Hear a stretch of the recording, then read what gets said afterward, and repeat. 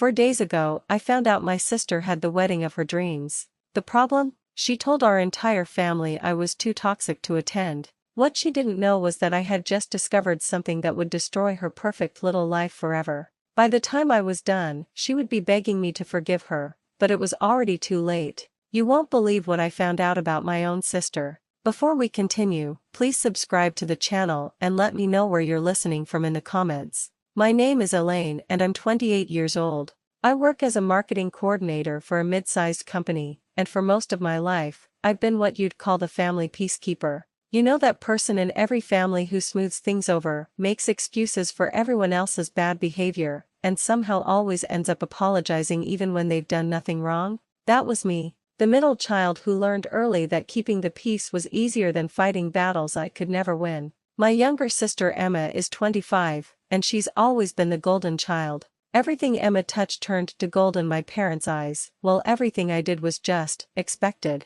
When Emma got good grades, it was celebrated with dinner out and shopping trips. When I got good grades, it was, well, of course you did, Elaine. You're so responsible. When Emma needed money for something, my parents would bend over backwards to help her. When I needed help, I was told to figure it out because I was so capable and independent. But I told myself this was normal. Siblings have different relationships with their parents, right? Emma was younger, more fragile, needed more support. I was the strong one, the reliable one. I could handle things on my own. That's what I kept telling myself, anyway. Looking back now, I can see the pattern started when we were teenagers. Emma would borrow my clothes and never return them. She'd take my jewelry for special occasions and somehow it would end up permanently in her room. She borrowed money from me constantly, always with promises to pay me back that never materialized. When I complained to our parents, their response was always the same: she's your younger sister, Elaine. Be generous.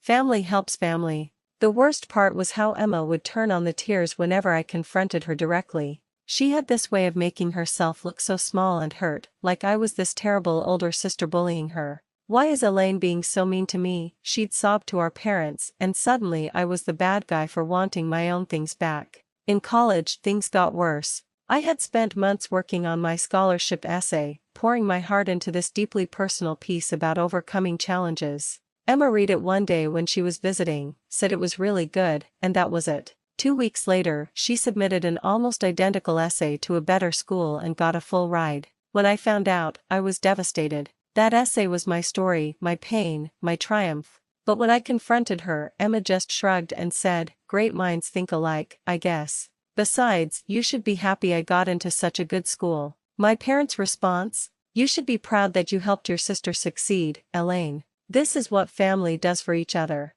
I swallowed my anger and told myself Emma was just ambitious. Maybe she didn't realize how much that essay meant to me. Maybe she was just inspired by my story and wrote something similar by accident. I made excuse after excuse because she was family. And family forgives, right? The pattern continued after college. Every achievement I had, Emma would somehow overshadow. I got a promotion at work. Suddenly Emma had an even better job opportunity. I started dating someone I really liked. Emma would conveniently meet someone more successful, more attractive, more everything just days later. It was like she couldn't stand for me to have anything that was just mine. But the past 6 months had been different. Emma became secretive about her life, dodging family gatherings and giving vague answers about what she was up to. When she did show up to family events, she was like a completely different person. Gone was the sweet, slightly insecure little sister I thought I knew. Instead, Emma was full of stories about her amazing fiancé David and his wealthy family. She'd flash expensive jewelry and designer clothes, talking about how David's family had old money and how they were planning something very special. She'd hint at big changes coming, speaking in mysterious half-sentences that had our parents hanging on every word. The family ate it up. Finally, Emma had found someone worthy of her, someone who could give her the life she deserved. I felt like I was watching her from the outside, this stranger wearing my sister's face. She seemed so confident, so sure of herself, so different. Part of me was happy for her, genuinely. If Emma had found love and success, wasn't that good? But there was something that nagged at me, something I couldn't put my finger on. Emma started posting less on social media, which was weird because she used to document everything. When I asked her about wedding plans, she'd get this secretive smile and say things like, "You'll see soon enough," or some things are worth waiting for. Our cousin Sarah mentioned that Emma had seemed different at our grandmother's birthday party, more guarded somehow. My mother kept dropping hints that Emma was working on something big for the family, but whenever I pressed for details, she'd clam up and say Emma wanted to surprise everyone. I started feeling like I was on the outside of some big secret, like everyone knew something I didn't. Then last Tuesday I was at the grocery store, just doing my weekly shopping, when Mrs. Henderson approached me. She's our elderly neighbor who's lived next door since I was 5 years old. Sweet woman, always remembers birthdays and brings cookies during the holidays. "Oh, Elaine honey," she said, her face full of sympathy. "I'm so sorry you couldn't make it to Emma's wedding. It looked absolutely beautiful from what I could see. The photographer was taking pictures in your parents' backyard for hours." I stood there in the cereal aisle, holding a box of cornflakes, and felt my entire world tilt sideways. "What, wedding?" I managed to whisper. Mrs. Henderson's face went white.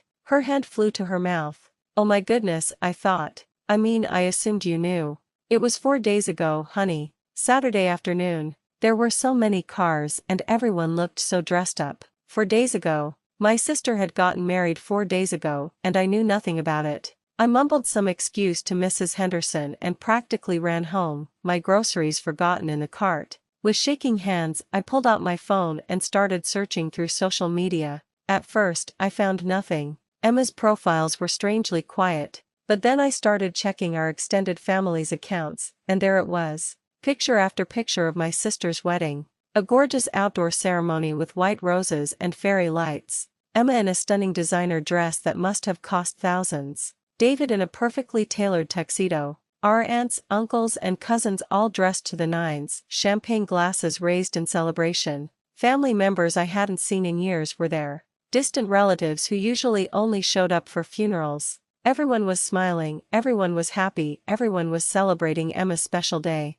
Everyone except me. And our parents. That's when I realized the most devastating truth of all. Emma hadn't just excluded me from her wedding. She had told everyone that I, along with our mother and father, were too toxic and jealous to attend. She had painted us as the villains who couldn't be happy for her success, who would somehow ruin her perfect day just by being there. The golden child had finally shown her true colors, and I was about to make sure everyone saw them. I called my parents immediately, my hands still shaking from the discovery. The phone rang twice before my mother picked up, and I could hear the confusion in her voice when I asked her about Emma's wedding. "What wedding, honey? Emma isn't married. What are you talking about?" When I told them what Mrs. Henderson had said, there was silence on the other end of the line. Then my father's voice, broken and quiet, "She told people we threatened to ruin her day." How could she say that about her own family? That night, none of us slept. But while my parents were heartbroken and confused, I was angry.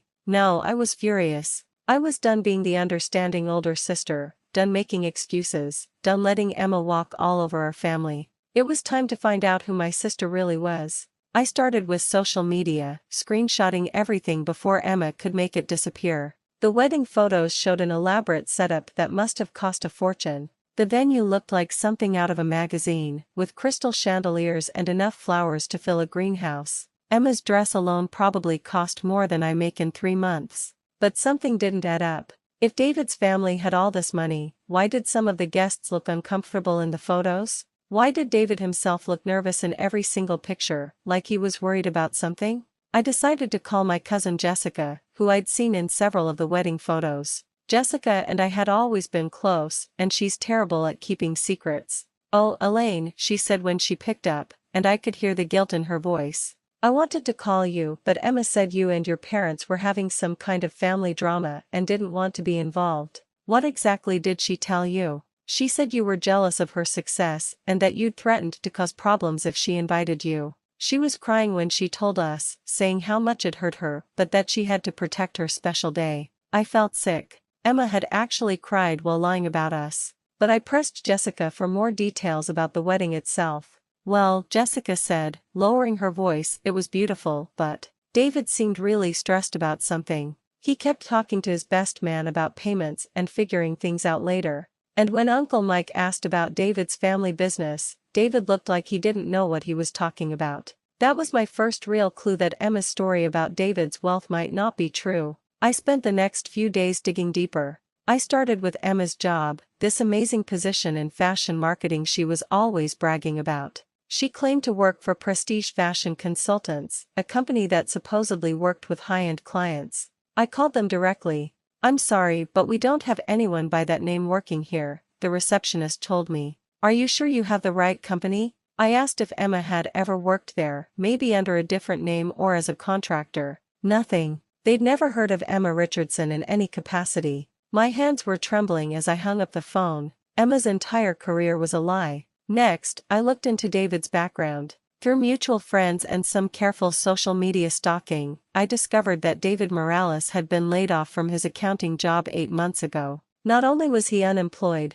but his LinkedIn profile showed a series of short-term positions and gaps in employment. His wealthy family was actually struggling financially after his father's medical bills from a heart attack last year. But the biggest shock was still coming. I remembered Emma's pregnancy announcement 3 months ago. She'd been so emotional, so convincing. She'd talked about morning sickness and doctor's appointments, posted photos of ultrasounds, and even had an elaborate baby shower where she received thousands of dollars worth of gifts and cash from our family. Then, 2 weeks later, she announced she'd had a miscarriage. Everyone rallied around her, sending more money, more gifts, more support. She kept everything, saying it was too painful to return the baby items. Something about that whole situation had never sat right with me, but I'd pushed my doubts aside. Now, with everything else falling apart, I decided to investigate. Emma had mentioned using the same OBGYN that I use, Dr. Martinez. During my own routine appointment, I carefully brought up how sorry I was that Dr. Martinez had to help Emma through such a difficult time. Dr. Martinez looked confused. "I'm sorry, but patient confidentiality prevents me from discussing specific cases. However, I can say that I don't recall treating anyone by that name recently." My blood ran cold. I pressed gently, mentioning that Emma had spoken highly of the office staff and how compassionate they'd been during her loss. "I really think there might be some confusion," Dr. Martinez said kindly. "Perhaps she saw someone else in our practice, but I don't have any record of treating your sister for pregnancy or pregnancy loss." Emma had faked the entire pregnancy. She'd taken thousands of dollars in gifts and sympathy money from our family based on a complete lie. Over the next few days, I put together a timeline of Emma's deceptions. The fake job, the unemployed fiancé, the fabricated pregnancy, and now the secret wedding funded by debt and lies. I took screenshots, saved voicemails, and documented everything I could find. But I needed more. I needed to understand how deep this went.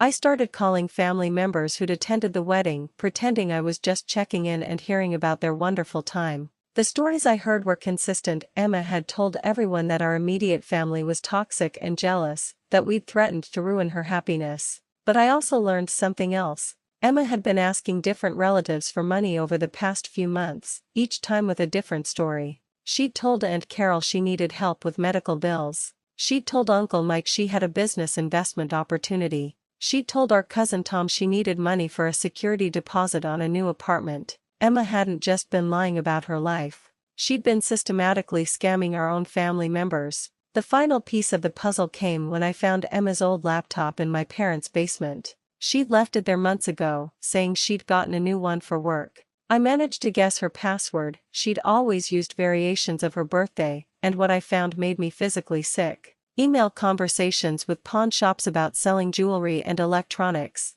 Listings on resale websites for designer items that I recognized as gifts from family members. Records of returned merchandise from stores, converting gift cards and presents into cash. Emma had been systematically selling gifts from family members to fund her fake lifestyle. The baby gifts from her fake pregnancy, birthday presents, Christmas gifts, she'd been turning our family's love into profit. But the most damning evidence was a text conversation between Emma and David from 2 weeks before the wedding. David was panicking about the costs, saying they couldn't afford the venue, the flowers, the photographer. Emma's response was cold and calculating. "Don't worry about it. After the wedding, we'll figure out how to pay for it. My family has money, and they'll help us if we play it right." She'd planned this. The whole wedding was a setup to trap our family into paying for her fantasy. As I sat there staring at the evidence, I realized our family reunion was coming up next weekend. The annual barbecue where everyone would be together, where Emma would show up expecting congratulations and admiration for her beautiful wedding. That's when I knew exactly what I was going to do. Emma had chosen to humiliate our family publicly by lying about us to everyone we cared about. She'd painted us as the villains in her fairy tale. Well, it was time to show everyone who the real villain was. The family reunion was at Uncle Mike's house, just like every year. 43 family members showed up, and I watched from the kitchen window as Emma arrived fashionably late in a car that was clearly rented for the occasion. She stepped out wearing what looked like another designer outfit, flashing her wedding ring for everyone to see. I had spent the entire week preparing for this moment, organizing my evidence, planning exactly how to expose each lie. My phone was loaded with screenshots, recorded conversations, and documentation of every deception Emma had constructed. Emma made her grand entrance, accepting hugs and congratulations from the relatives who'd attended her secret wedding. She was glowing, basking in all the attention, playing the role of the blushing new bride perfectly. "Oh, Elaine," she called out when she saw me, her voice dripping with fake sweetness. "I'm so glad you could make it. I know things have been complicated between us lately." The audacity was breathtaking. She was actually going to pretend that I was the problem, even here, even now. "Actually, Emma," I said, loud enough for nearby family members to hear, "I'd love to hear more about your new job. The one at Prestige Fashion Consultants?" Emma's smile flickered for just a second, but she recovered quickly. "Oh, you know how it is in fashion. Always evolving, always changing." "That's interesting," I continued, pulling out my phone, "because I called them to send congratulations flowers for your promotion. Funny thing, they said they've never heard of you." The conversations around us started to quiet down. Family members were beginning to tune in. "There must be some mistake," Emma laughed, but I could see panic starting to creep into her eyes. "Maybe you called the wrong department." I spoke to 3 different people, including HR. Emma Richardson has never worked for that company. I held up my phone, showing the call log. "Would you like to explain that to everyone?" Uncle Mike stepped closer, frowning. "What's going on here?" "I'm just trying to understand Emma's amazing new career," I said calmly. "The one she's been bragging about for months. The one that apparently doesn't exist." Emma's face was turning red. "Elaine, you're being ridiculous." "Just because you called the wrong number then there's the pregnancy," I interrupted. "Remember how heartbroken we all were when you lost the baby? How much money and support everyone gave you?" And Carol gasped. "Elaine, that's cruel. Emma went through something terrible." "Did she?" I asked. "Because Dr. Martinez has no record of ever treating Emma for pregnancy or pregnancy loss. No appointments, no medical records, nothing." The silence that followed was deafening. "You're lying," Emma whispered, but her voice was shaking now. "Am I? Should we call Dr. Martinez right now and ask?" I held up my phone again. "Or maybe we should ask David about his family's wealth when he arrives?" As if on cue, David's beat-up Honda pulled into the driveway. He got out looking stressed and tired, wearing clothes that had clearly seen better days. Emma's face went white. He didn't want to bring the nice car." David walked up to us, completely oblivious to the tension. "Hey everyone, sorry I'm late. Emma, did you talk to your Uncle Mike about maybe helping with some of the wedding payments? The venue called again today, and I'm getting worried about." He stopped mid-sentence, finally noticing the 40-plus pairs of eyes staring at him. Uncle Mike stepped forward. "Wedding payments? I thought your family was wealthy, son." David looked confused. "Wealthy? Who told you that? I've been unemployed for 8 months. We put the whole wedding on credit cards. Emma said her family would help us figure out how to pay for everything." The explosion of voices was immediate. Family members started talking over each other, asking questions, demanding answers. Emma stood in the middle of it all, her perfect facade crumbling in real time.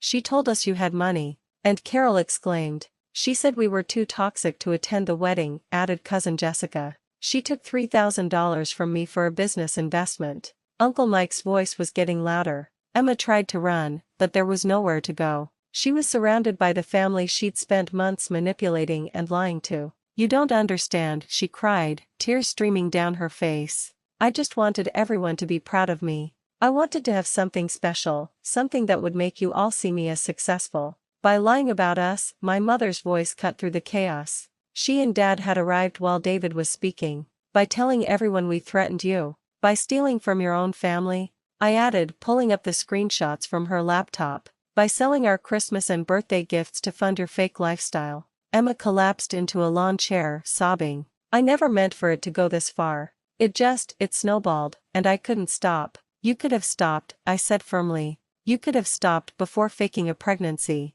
You could have stopped before stealing thousands of dollars from people who love you. You could have stopped before destroying our family's reputation with lies. David looked like he was going to be sick. Emma, you told me your family had money. You said they would help us. I never would have agreed to this wedding if I'd known we couldn't afford it. The family reunion was over. People started leaving, some in anger, others in shock. Several relatives demanded immediate repayment of money they'd given Emma. Others wanted the gifts returned that she'd sold. Emma and David left in his Honda, her designer outfit rumpled, her perfect wedding makeup smeared with tears. The golden child who could do no wrong had finally shown everyone exactly who she really was. As I watched them drive away, I felt something I hadn't felt in years: peace. For the first time in my life, I wasn't making excuses for Emma's behavior. I wasn't smoothing things over or trying to keep the family together at my own expense. Sometimes the best revenge isn't elaborate planning or cruel schemes. Sometimes it's just letting the truth speak for itself. Emma had built her entire life on lies, and all I had to do was shine a light on reality. The golden child was finally tarnished, and our family could begin to heal. If you enjoyed this story of justice served, please hit that subscribe button and give this video a thumbs up. Let me know in the comments if you've ever dealt with a manipulative family member and how you handled it. And don't forget to hit the notification bell so you never miss our latest stories of sweet revenge. Thanks for watching, and I'll see you in the next one.